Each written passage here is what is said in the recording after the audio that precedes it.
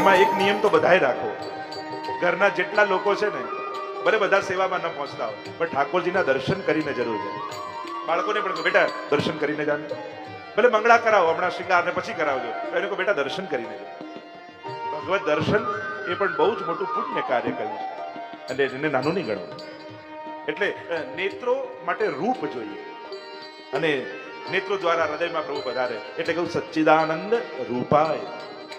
બુદ્ધિ માટે સર્વ સમર્થતા જોઈએ, કારણ કે બુદ્ધિને પ્રભાવિત થતા આવડે, એ પોતાના કરતા સમર્થ જોઈએ તેને શરણાગત થઈ જાય.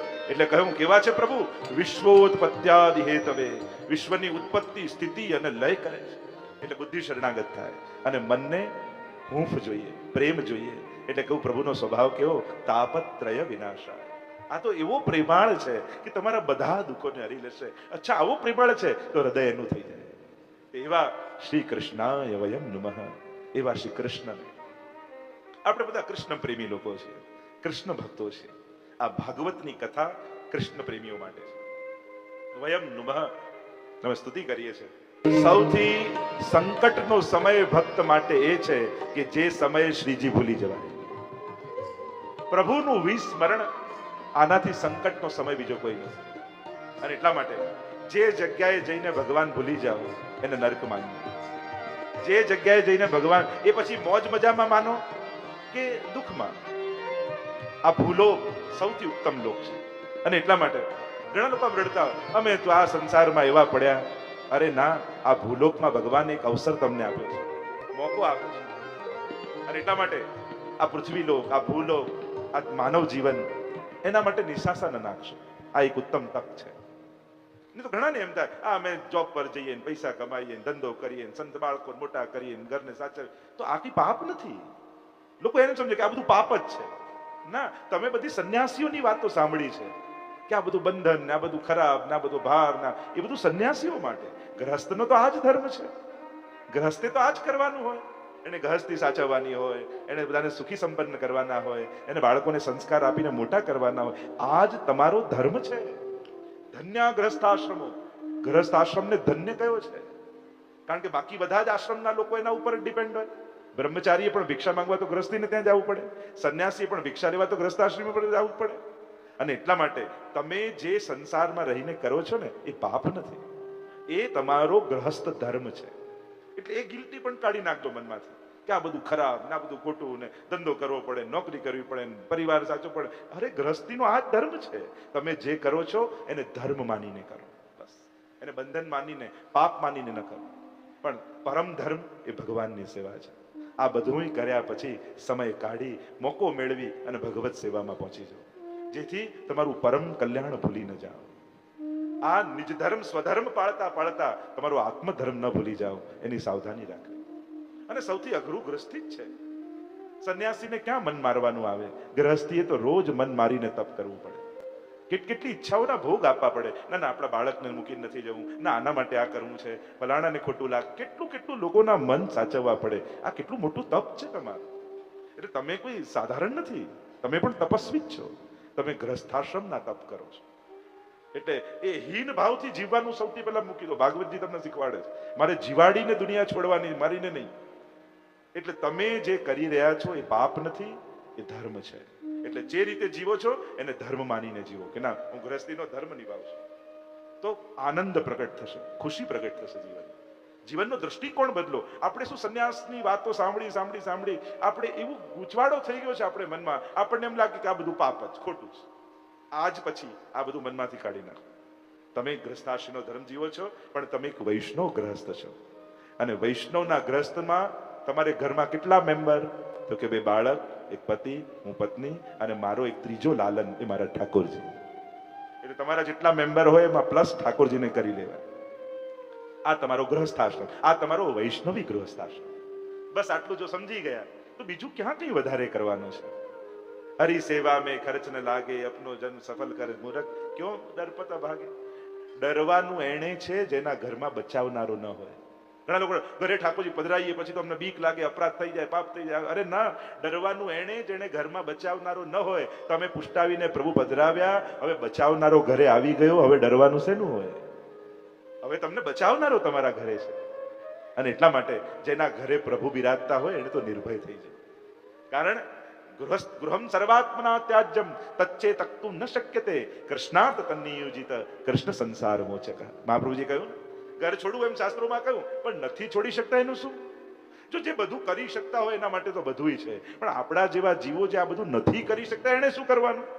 તો કે એનો રસ્તો ભાગવતજી તમને બતાવશે કે ચલો એક પહેલું એમ કરો, ઘરમાં ઠાકોરજી લઈ આવો. હવે તમારું ઘર કોઈ લૌકિક મનુષ્યનું નથી, હવે એક વૈષ્ણવનું ઘર બની ગયું. અરે કમથી કમ એક ખૂણો તો દરેકના ઘરમાં એવો હોવો જોઈએ ને કે જ્યાંથી પસાર થાવ તો તમને ઠાકોરજી યાદ આવે. કેવું હોય, રસોડાની બાજુમાંથી રસોડું જુદું, તમને ભોજન યાદ આવે. ડ્રોઈંગ રૂમમાં બેઠા હોય તમને ટીવી યાદ આવે. બેડરૂમમાંથી જાઓ સુવાનું યાદ આવે. તો એક ખૂણો એવો ના જોઈએ કે જ્યાં ભગવાન યાદ આવે?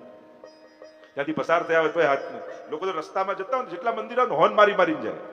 ઘણી જગ્યાએ જોઈએ આવે તો હોર્ન મારવાથી કોને પગે પર લગાય છે?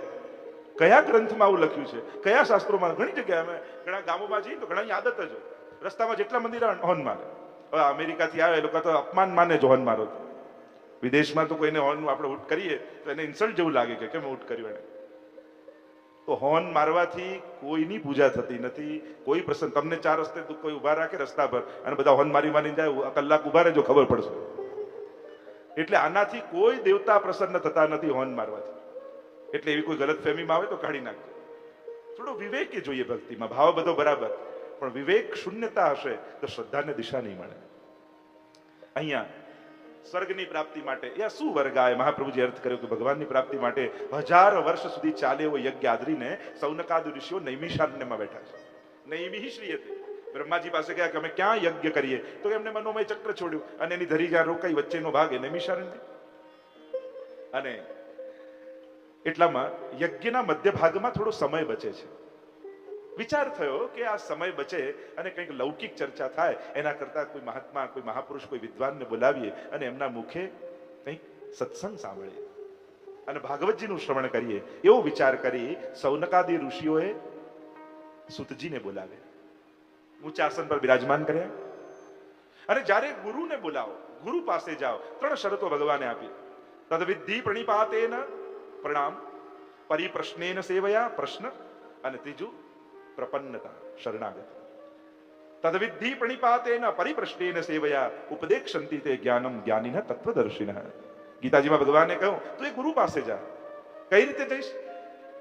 કે શરત છે, એમને એમ ન જવાય. તદવિધિ, વિધિપૂર્વક. જેને ત્યાં જતા હોય એ વિધિપૂર્વક જવું. ગુરુને ત્યાં જઈએ તો એની પણ વિધિ છે. આપણને પ્રભુ પાસે ઉભા રહેતા આવડવું જોઈએ. આપણે વંદનની વાત તો જુદી, ઘણા લોકોને ભગવાન પાસે 5 મિનિટ સરખા ઉભા રહેતા નથી આવડતું. ત્યાં સુધી વાત ઠાકોરજી આગળ કઈ રીતે ઉભા રહેવાય? આપણે જેને ઈશ્વર માનીએ છીએ, જેને બ્રહ્મ માનીએ છીએ, જેને પરમાત્મા માનીએ છીએ, જેને સર્વોપરી માનીએ છીએ, એ ઠાકોરજી હવેલીમાં દર્શન ખુલે ત્યારે એમની આગળ 5 મિનિટ સરખા ઉભા રહેતા આપણને આવડે છે?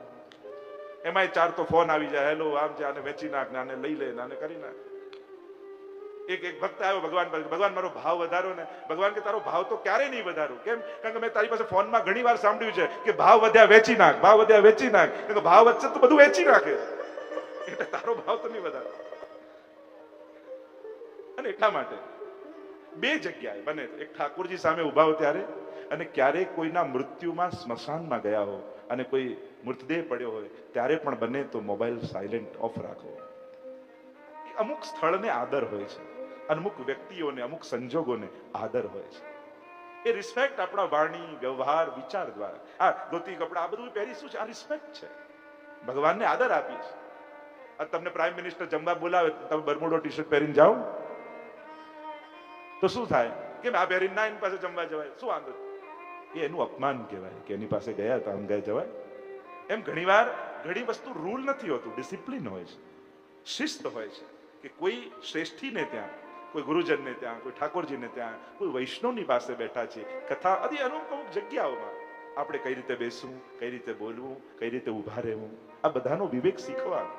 પોતાની જાતને સતત અપગ્રેડ કરતા તૈયાર રાખવું. મોબાઈલમાં તો સેટ નોટિફિકેશન આવે, અપગ્રેડ આપણે તુરંત દબાઈ દઈએ છીએ, અને આપણી જાતને અપગ્રેડ નહીં કરવાની. હા, મારો પહેલા કરતા હવે હું સત્સંગમાં જાઉં છું, હવે મારો વિચાર બદલાયા છે, મારી વાણી બદલાઈ છે, મારો વ્યવહાર બદલાયા છે. નહીં તો છોકરાઓને તો હવેલી આવો ને, હવેલી આવો ને. છોકરો કે તમે 50 વર્ષથી હવેલી જાઓ, તમારામાં તો ફેર પડ્યો નહીં, હું જઈને શું કરું? એ જો આમ કે તમે શું જવાબ આપશો? સત્સંગમાં જનારો વ્યક્તિ સાધારણ કરતા જુદો હોય, હવેલીમાં જનારો વ્યક્તિ સાધારણ કરતા જુદો હોય, ગુરુજન પાસે નિત્ય બેસનારો વ્યક્તિ સાધારણ કરતા જુદો હોય. એની વાણી, વિચાર, વ્યવહાર એનામાં એક ભક્તિનું ડિસિપ્લિન છે અને એનાથી રિસ્પેક્ટ એ આપે છે. કદાચ ન કર્યું તો એમાં પાપ નથી, પણ એક આદરની વાત છે. તો ગુરુ પાસે કઈ રીતે જો અહીંયા સુતજીને ઉપર બિરાજમાન તદ વિધિ પ્રણિપાતેન પરિપ્રશ્નેન સેવયા, સેવા કરી અને પ્રસન્ન કર, અને પ્રસન્ન કર્યા પછી પ્રશ્ન કર. પ્રશ્ન કરવાની પણ એક વિધા છે. ચાલતા ફરતા જતા હોય, ઘણી વાર તમે કારમાં બેસો, એક ક્વેશ્ચનનો જવાબ આપો, આ રીતે ચાલતા ફરતા જતા ક્યાં જવાબ આપો? એનો પણ એક માહોલ, એક જગ્યા જોઈએ. તો મૂળ વાત છે એ ગુરુના સાનિધ્યમાં જઈને બેસવું. સુતજીને બિરાજમાન કર્યા, સુંદર વાતો કરી છે. વંદન કરતા કહ્યું કે અમારું અજ્ઞાન એટલું ઊંડું છે, એટલું ગહેરું છે, એક સૂર્યથી દૂર થાય એમ નથી, પણ આપનું જ્ઞાન તો કરોડો સૂર્ય જેવું છે. અજ્ઞાન દ્વાંત વિધ્વંસ કોટી સૂર્ય સમપ્રભ સુથાખ્યાહી કથા સારમ મમ કર્ણ રસાયણ. અમને કથાનો સાર સંભળાવો જે અમારા કર્ણના રસાયણ રૂપ હોય. સુંદર પ્રશ્નો કરતા શૌનક આદિ ઋષિઓ બોલ્યા, ગુરુદેવ, ભક્તિ, જ્ઞાન અને વૈરાગ્યથી પ્રાપ્ત થનારા વિવેકની વૃદ્ધિ કેમ થાય? અમારા જીવનમાં વિવેક કેમ આવે? એક વસ્તુ યાદ રાખો, જ્ઞાન ભણાવી શકાય, સમજાવી શકાય, એની પુસ્તક હોય, પણ વિવેક તો પ્રગટે. વિવેક ભણાવાય નહીં. વિવેક તો સૂઝનું નામ છે. ક્યાં બેસવું, ક્યાં ઉભા રહેવું, ક્યારે બોલવું, ક્યારે નહીં બોલવું, આ વિવેક સૂઝનું નામ છે, કોઈને શીખવાડાય નહીં. ઘણી વાર અવિવેકને કારણે કેટલું જ્ઞાન હોય એ બધું નકામું જતું. વિવેક શૂન્યતા એ સૌથી મોટી મૂર્ખતા છે. ઘણા ભણેલા લોકો પણ અવિવેકી જોયા છે, અને ઘણા સાવ અભણ લોકો પણ એવા વિવેકી હોય. એટલે વિવેક એ સૂઝનું નામ છે, એ ભણાવાતું નથી, એ પ્રગટે છે અંદર. અને એમાં પણ ભક્તિ, જ્ઞાન અને વૈરાગ્યથી પ્રાપ્ત થનારો વિવેક. આ કોઈ લૌકિક વિવેક નહીં. મહાપ્રભુજીનો એક ગ્રંથ છે, 16 ગ્રંથમાં વિવેક ધૈર્યાશય. એમાં 9 પ્રકારના વિવેકની મહાપ્રભુજી ચર્ચા કરી છે. એમાં વિવેક ધૈર્યાશય અદ્ભુત, દરેક માનવ માત્ર આ વાંચવા જેવો ગ્રંથ છે, કેવલ વૈષ્ણવ નહીં. વિવેક ધૈર્ય દ્વારા કેવી રીતે આશ્રયને પમાય, અદ્ભુત ચર્ચા મહાપ્રભુજી કે વિવેકસ્તુ હરિ સર્વમ નિજેચ્છાતઃ કરિષ્યતિ. અને એવા 9 પ્રકારના, જો કદાચ 7 દિવસમાં પણ ચર્ચા નીકળશે તો આપણે કરીશું. એનાથી વિવેકની વૃદ્ધિ કેમ થાય? આ કલિયુગમાં જીવ આસુરી વૃત્તિ વાળો થયો છે, એને વિશુદ્ધ કરવાનો ઉપાય શું? અમને કોઈ એવું સાધન બતાવો જે પાવન કરનારાઓમાં પણ પાવન કરનારું હોય, જે શ્રેય કરનારામાં પણ શ્રેય કરનારું હોય, અને મૂળ વાતે અમને ભગવાન કૃષ્ણને મેળવી આપે એવું કોઈ સાધન બતાવો ને ગુરુદેવ. ગુરુ પાસે જઈને કેવી જિજ્ઞાસા કરી? ભગવાન મેળવવાની વાત કરી. જ્યારથી આપણે ગુરુ પાસે જઈને સંસારની વાતો કરવા લાગ્યા, ત્યારથી એ સ્થાનને પણ સંસારી બનાવી દીધું. એક વસ્તુ યાદ રાખો, અમુક સ્થાનો, અમુક વ્યક્તિઓ, અમુક જગ્યાઓની પવિત્રતા જાળવવાની જવાબદારી આપણી જ છે. કારણ કે આ બધા સ્થાનો, આ બધા વ્યક્તિઓ અરીસા જેવા છે કે જ્યાં જઈને આપણે આપણો ચહેરો જોઈએ છે. અને એક વસ્તુ યાદ રાખો, ચહેરો કાળો થાય તો વાંધો નહીં, ધોઈને પાછો ચોખ્ખો થઈ જશે, પણ અરીસો કાળો કરી નાખ્યો ને તો જ્યારે જોશો ચહેરો કાળો જ દેખાશે. આપણી ધાર્મિક સંસ્થાઓ, આપણા મંદિરો, આપણી હવેલીઓ, આપણા સત્સંગ મંડળો, એ બધા આપણા ચહેરા જોવાના દર્પણ છે. એ જગ્યાઓ કાળી ન થાય એની સાવધાની આપણે જ રાખવી.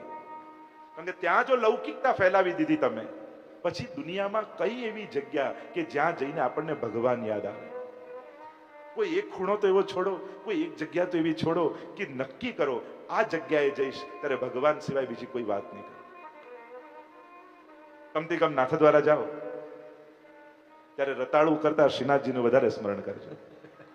કારણ કે આ રતાળું એવું તાળું મારે છે ને આપણા ભાગ્ય ઉપર, લોકોને એ પહેલા યાદ આવે કે જલ્દી દર્શન કરીને પહોંચી જઈએ. ના, આનંદ કરો એનો વાંધો નથી, પણ એ શ્રીજીની જગ્યા, શ્રીજીને યાદ કરવાની જગ્યા છે. એટલે કોઈ જગ્યાઓ એવી આપણે જ સંકલ્પથી નક્કી કરીએ કે મારા માટે આ મારી ઉદ્ધારક જગ્યા, આ જગ્યાએ જઈશ ત્યારે બને એટલું લૌકિક ઓછું બોલીશ, ઓછું વિચારીશ, ત્યાં કેવલ ને કેવલ પ્રભુનું સ્મરણ કરીશ. આ મારી અલૌકિક સાધવાની જગ્યા છે. ઘરમાં એક એવો ખૂણો રાખો કે આ ખૂણામાં બેસો ને ત્યારે બને તો ઘરના કોઈએ મને બને તો લૌકિક વાત નહીં કરાવે, આ ખૂણો મારો ભગવાનનું નામ લેવાનું. તો વિચાર કરો. અહીંયા કહ્યું કે ભગવાનને મેળવી આપે એવું કોઈ સાધન અમને બતાવો. ગુરુ વંદના કરતા સૌનકાદિ ઋષિઓ બોલ્યા, જો ગુરુ કૃપા કેવી થાય ગુરુ કોને કહેવાય? શું આપણે બધા કોઈ વ્યક્તિગત ગુરુના આશ્રયમાં છે? કેવલ સભાગત નહીં, કોઈ વ્યક્તિગત ગુરુના સાનિધ્યમાં ખરા કે બે હાથ જોડીને એને કહ્યું હોય કે આજથી તું મારો ગુરુ છે, તમે મારા ગુરુ છો, હવે તમે આજ્ઞા કરો એ પ્રમાણે ભક્તિના પથ પર આગળ જવું છે. બ્રહ્મ સંબંધ તો આપણને બધાએ મહાપ્રભુજી આપ્યું, પણ કોઈ ગુરુનું, પ્રગટ ગુરુનું સાનિધ્ય જોઈએ. ચિંતામણી લોક સુખમ, ચિંતામણી મણી આવે એ જો રાજી થઈ જાય ને તો સંસારનું બધું સુખ આપી દે. કલ્પવૃક્ષ જો પ્રસન્ન થઈ જાય તો સ્વર્ગના સુખો આપી દે. પણ ગુરુ પ્રસન્ન થાય તો યોગીઓને દુર્લભ એવું વૈકુંઠ ધામ આપી દેતા હોય છે, ભગવાનના ચરણ આપી દેતા હોય છે. અને એટલા માટે સાયુજ્ય, સારૂપ્ય, સામીપ્ય, સાલોક્ય આ ચારે મુક્તિ ગુરુના સાનિધ્યમાં જ છે. સારૂપ્ય મુક્તિ, એના જેવું રૂપ, એને સારૂપ્ય કહીએ ને, ભગવાન જેવું રૂપ. તો જોજો, ગુરુજનની સાથે રહેનારા વૈષ્ણવ પણ એવા ધોતી બંડી તિલક કરી ગુરુ જેવા લાગે. આ એની સારૂપ્ય મુક્તિ છે. તમે મહાપ્રભુજીનું ચિત્ર જોશો ને કે દમલાજી બેઠા, કૃષ્ણદાસ મેઘન, માધવ ભટ્ટ કાશ્મીર, બધાના મુખ જોશો તો વલ્લભ જેવા જ દેખાશે. આ એની સારૂપ્ય મુક્તિ, સાયુજ્ય મુક્તિ, જોડાઈ જવું ભગવાનમાં, એ સારૂપ્ય. અને ગુરુ એના કોઈ સત્કાર્યમાં તમને જોડી દે તો માનજો તમારી સાયુજ્ય મુક્તિ થઈ. ત્રીજી સામીપ્ય મુક્તિ, પોતાની નિકટતા. એમ કે તું આ બધું છોડ, તું મારી સાથે સેવામાં જોડાઈ જાય. આ એની સામીપ્ય મુક્તિ. અને સાલોક્ય મુક્તિ એમ કે હવે તું ઘર બાર છોડી મારી હવેલીમાં રહેવા આવી જા અને મારી સાથે સાનિધ્યમાં રહેવા લાગ. આ તમારું સાલોક્ય મુક્તિ થઈ. આ ચારે પ્રકારની મુક્તિ શાસ્ત્રોમાં પ્રગટ ગુરુના સાનિધ્યમાં તત્કાલ મળે છે. તો એવું કોઈ સદગુરુનું સાનિધ્ય મળે, એને ક્યાંય બોલવું નહીં પડે, એની નિકટ બેસો તો તમને એમ લાગે કે જાણે અમે પવિત્ર થઈ રહ્યા છીએ, જાણે ગંગાજીનું સ્નાન ચાલી રહ્યું છે. હું તો હંમેશા કહું, જેની નિકટ બેસતાની સાથે આપણા પાપ આપણને ખૂંચવા લાગે, માનજો આ સદગુરુ છે. જેની નિકટ બેસતા આપણું મન પવિત્ર થવા લાગે, જેની નિકટ જતા એમ લાગે કે મેં તો પ્રભુ સંબંધી આજ સુધી કાંઈ નથી કર્યું, હું શું કરું, મને કંઈક બતાવો. જ્યારે ભક્તિનો ઉદય થવા લાગે જેના સાનિધ્યમાં, માનજો તમે સદગુરુના સાનિધ્યમાં છો. મહાપ્રભુજીનું નામ છે ને સાનિધ્ય માત્ર દત્ત શ્રી કૃષ્ણ પ્રેમા. કેવલ સાનિધ્ય માત્રથી ભગવાનના પ્રેમથી મહાપ્રભુજી ભરી દે છે. જેની નિકટતા આપણને ભક્ત બનાવી દે એ ગુરુ છે. ગુરુ ત્રણ દ્રષ્ટિ વાળો હોય, દૂરદર્શી હોય, સમદર્શી હોય અને પારદર્શી હોય. ગુરુ દૂરદર્શી હોય, ભવિષ્યમાં શું થવાનું છે એને ખબર છે, એટલે ભક્તને અત્યારથી તૈયાર કરે. તું આમ કરજે, આમ સાચવજે, આમ રાખજે. કારણ કે આગળ શું થવાનું છે આપણે નથી જાણતા, ગુરુ જાણે છે. ગુરુ સમદર્શી હોય, બધા પ્રત્યે એને સમાન ભાવ હોય. હા, પણ વ્યવહારમાં એના અધિકાર પ્રમાણે સેવા સોંપે. સમાન ભાવ રાખવાનો અર્થ એવું નથી થતું કે બધાને એક જ કામ સોંપી દેવું. કારણ કે ભક્તની યોગ્યતા પણ હોય છે, એનો જેવો અધિકાર, એની જેવી યોગ્યતા, એ પ્રમાણે એની સેવા હોય.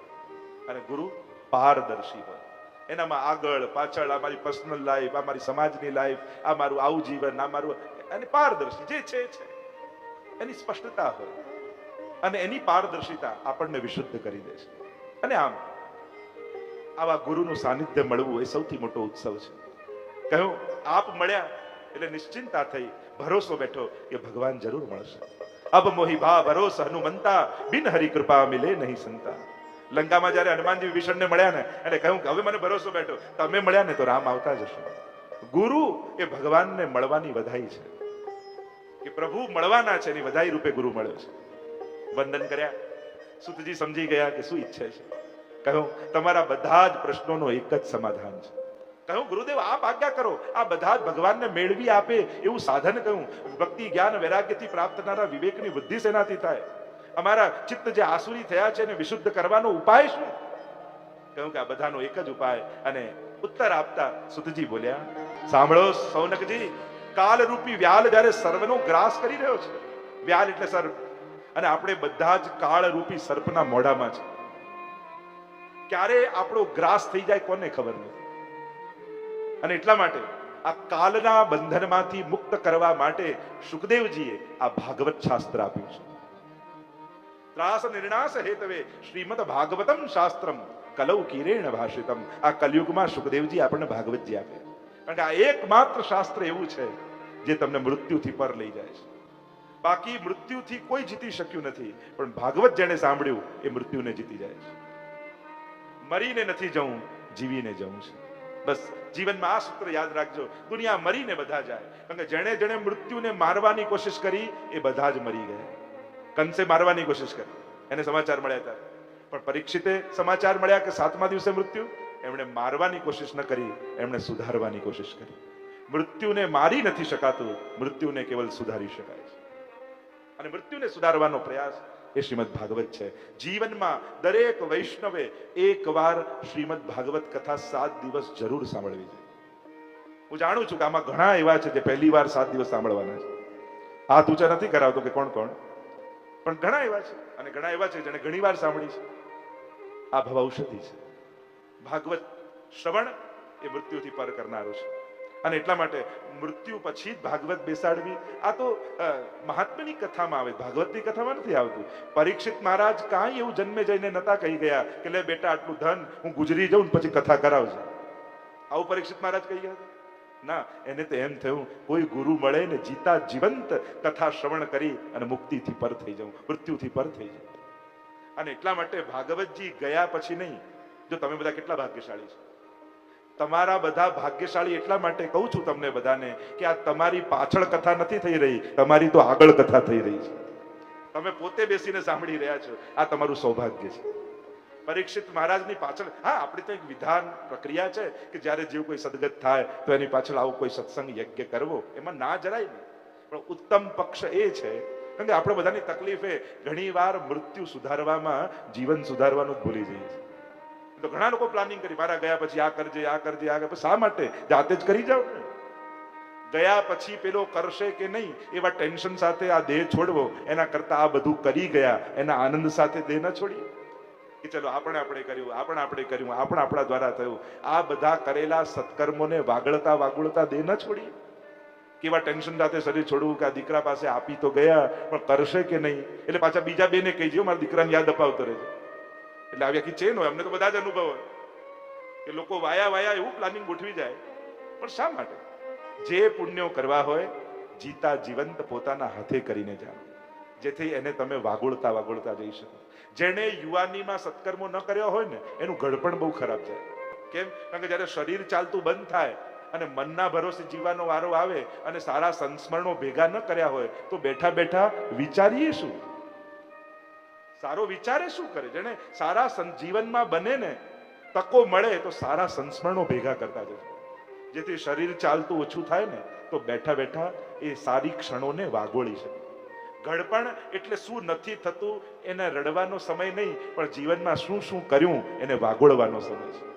કે ચલો આપણે આ પણ સત્કર્મ કર્યા હતા, આ પણ કર્યા હતા, અને એ સારા મધુર સંસ્મરણોને વાગોળી પોતાના માટે જીવવાનો સમય એ ઘડપણ છે. કારણ કે આખી યુવાની આખી જિંદગી તો બીજા માટે જ જાય. ભણવામાં ગઈ, પરિવાર માટે ગઈ, બાળકો માટે ગઈ. હવે વૃદ્ધાવસ્થા એટલે પોતાના માટે જીવવાનો સમય. હવે મારા માટે જીવીશ, મારા માટે ભાથું ભેગું કરીશ. અને આ રીતે જે જીવે ને એનું ઘડપણ પણ સુંદર રીતે થાય, સારી રીતે થાય. અને એટલા માટે જાતે કરીને જાઓ, પોતાના હાથે કરીને જાઓ. અને મોટું જ કરો એ પણ જરૂરી નથી. બધા આખી સ્કૂલ ના બાંધી શકે પણ એક વિદ્યાર્થીને તો ભણાવી શકે ને. આખી હોસ્પિટલ ના બાંધી શકીએ પણ એકનો તો ઈલાજ કરાવી શકીએ ને. નાના સત્કર્મો પણ નાના નથી, એ બીજા 99 ની શરૂઆત છે. એટલે એમ નહીં માનવું આટલું કરવાથી શું થાય, ના, આટલું કરવાથી જ મોટું કરવાની ઈચ્છા થશે. એટલે એને નાનું નહીં જાણવું, એને પણ મોટું માનવું. અહીંયા કહ્યું આ કાળમાંથી મુક્ત કરવા માટે ભાગવત શાસ્ત્ર આપ્યું છે. અને આનાથી ઉત્તમ મન પવિત્ર કરવાનું બીજું કોઈ સાધન નથી. ભાગવતજીથી શું થાય કે ભાગવત સાંભળવાથી મન વિશુદ્ધ બને છે. કારણ કે આજે કલિયુગની તકલીફ એ છે, સામર્થ્ય વધ્યું છે પણ લોકોના મન બગડ્યા છે. સુખી થયેલો માણસ બીજાને સુખી થતો જોઈ શકતો નથી. આ બીમારી નથી, આ દુનિયાની સૌથી મોટી બીમારી છે કે માણસ પોતે ગમે તેટલો સુખી હોય પણ બીજાને સુખી થતો નથી જોઈ શકતો. અને એટલા માટે જ કલિયુગમાં વધારે કથાઓની, વધારે મંદિરોની, આ બધાની જરૂરત વધી છે. કારણ કે મન સુધારવાની બીજી જગ્યા કઈ? ઘરેથી નીકળો ને તો ચારે બાજુ એવું જ દેખાય જેનાથી મન બગડે. સંસારમાં એવી જગ્યાઓ બનાવવી પડશે કે જ્યાં જઈને મનને બે સારા વિચારો આવે. અને એટલા માટે મંદિરો બાંધવાની જરૂર છે, એટલા માટે સત્સંગની જરૂર છે, એટલા માટે કથાઓની જરૂર છે કે જેથી મનને ઉત્તમ ભોજન મળે. બાકી તો જ્યાં જઈએ ત્યાં મન બગડે એવી જ વાતો હોય. તમે કોર્ટમાં જઈને કલાક ઉભા રહો, તમને એમ લાગે આખી દુનિયા લડી જ રહી છે. તમે કલાક હોસ્પિટલમાં જઈને બેસો, તમને એમ લાગશે કે આખી દુનિયા બીમાર જ છે. પણ કલાક હવેલીએ જઈને બેસશો ને તો એમ લાગશે કે કોઈ હોય ન હોય, મારી સાથે મારો શ્રીનાથ મારી જોડે છે. તમે જીવનમાં ગમે તેવો સંકટ આવી જાય, મારો ઠાકોરજી મારી સાથે છે ને, મારી ક્યાંય અટકવા મને ઠાકોરજી નહીં દે. ભરોસો આવે જીવન જીવવાનો, જીવન જીવવાનું બળ આવે. અને એટલા માટે આ બધું જરૂરી છે. હું તો મારા જીવનની વાત કહું. એક યુવાન છોકરો જીવનમાં કંઈક એવું બન્યું, નક્કી કર્યું કે મારે સુસાઇડ કરી લેવું છે. અને બીજા દિવસે નક્કી કર્યું, એટલા જ એવામાં જ એના પિતાએ અમારી કથાની ભાગવત સપ્તાહની સીડી એને ત્યાં મોકલાવી, અમેરિકામાં રહેતી. અને થયું કે પપ્પાએ કંઈક મોકલાયું, કુરિયર આવ્યું, સીડીનો સેટ લાવો, એક ચલાવીને તો જોઈ લો, પછી રાતના તો જીવન સમાપ્ત જ કરવાનું છે. એક સીડી જોઈ તેમ થયું લાવો ના તો જોવા જેવું છે, બીજી જોવાની ઈચ્છા થઈ. 7 દિવસ એને કથા સાંભળી, એનો વિચાર બદલાઈ ગયો અને આજે જીવનમાં એ કેટલોય આગળ નીકળી ગયો છે. આ સત્ય ઘટના. આવી તો કેટલી ઘટનાઓ રોજ બરોજ જીવનમાં બને છે. જીવન જીવવાનું બળ સદવિચારો આપે છે. કારણ કે હવે પાપ કરતું કોઈ રોકી શકવાનું નથી. ગમે તેટલા કાયદા કડક કરો, કોઈ રોકાવાનું નથી. કાયદાઓ નડે ને કોઈને કોઈની શરમ નડે છે. હવે તો આપણો આત્મા આપણને રોકે ને તો જ આપણે રોકાવાય. અને આત્માનું બળ એ કથાથી મળે છે, આત્માનું બળ એ હવેલીથી મળે છે, આત્માનું બળ એ સત્સંગથી મળે છે કે આ કરાય ને આ ન કરાય. બાકી કોઈ કાયદા દુનિયામાં કોઈને રોકી શકવાના નથી. જેટલો સમય જતો જાય છે, માણસ સ્વચ્છંદ બનતો જાય છે, કોઈનાથી રોકાતો નથી. અને એટલા માટે હવે સદવિચારો મળે એવા સ્થાનો ઉભા કરવાની જરૂરત ઉભી રહી છે. અને એટલા માટે આ બધું જરૂરી છે. કહ્યું ભાગવતજી મનને વિશુદ્ધ કરવાનું ઉત્તમમાં ઉત્તમ સાધન છે. કહ્યું આ કથા તો એવી છે જે દેવતાઓને પણ દુર્લભ છે. જ્યારે સુખદેવજી પરીક્ષિતને કથા કહેવા લાગ્યા, એટલામાં સ્વર્ગથી બધા જ દેવતાઓ આવ્યા. જોયું તો હાથમાં સોનાનો અમૃતનો કળશ છે. કહ્યું કે આ શેના માટે? કે બીજું તો કાંઈ નહીં, સુખદેવજીને અમે લઈ જઈએ સ્વર્ગમાં અને એના બદલામાં તને સ્વર્ગનું અમૃત આપી દઈએ. તને મૃત્યુનો ડર છે ને, તું અમૃત પી લે, મૃત્યુથી પાર થઈ જઈશ. વિચાર કરે છે પરીક્ષિત મહારાજ, અમૃત લઉં. જો સુખદેવજીને ઓફર ન કરી પરીક્ષિત. સુખદેવજીને કરી હોત તો કે અમૃત તમને આપું તમે ચાલો. સુખદેવજી તો એમે ભગવદ રસના અમૃતથી અમર જ છે, એમને તો મૃત્યુનો ભય છે નહીં. થયું કે જેને ભય હોય ને ત્યાં અવસર હોય. આ સમાજ પણ તમને બીક બતાવીને તમારો લાભ લે છે. એ પછી બૌદ્ધિકતાના નામે હોય, આધ્યાત્મિકતાના નામે હોય, ધર્મના નામે, અનેક પ્રકારથી. આજે જેટલું માર્કેટિંગ પણ દુનિયામાં તમે જો દરેક વસ્તુનું ભય, આ ન વાપર્યું તો તમે બીમાર, આ ન યુઝ કર્યું તો તમે ગયા. તમને એમ લાગે જો આ પાણીની જગ્યાએ જો આ પી લીધું તો બીમાર પાકું. દરેક વસ્તુ ક્યાંક ને ક્યાંક ભય દ્વારા માર્કેટિંગ થાય. આ તમે દરેક વસ્તુને લગભગ જોશો તો ક્યાંક સમાજમાં ભય પેદા કરીને લાભ લેવા. અને માણસ ભયભીત થાય ને પછી એનો ઉપયોગ થાય છે. અને એટલા માટે કમથી કમ ભગવાનના નામે જે ડરાવે ને એનાથી તો દૂર જ રહેજો, એનાથી ભયભીત થઈ જજો.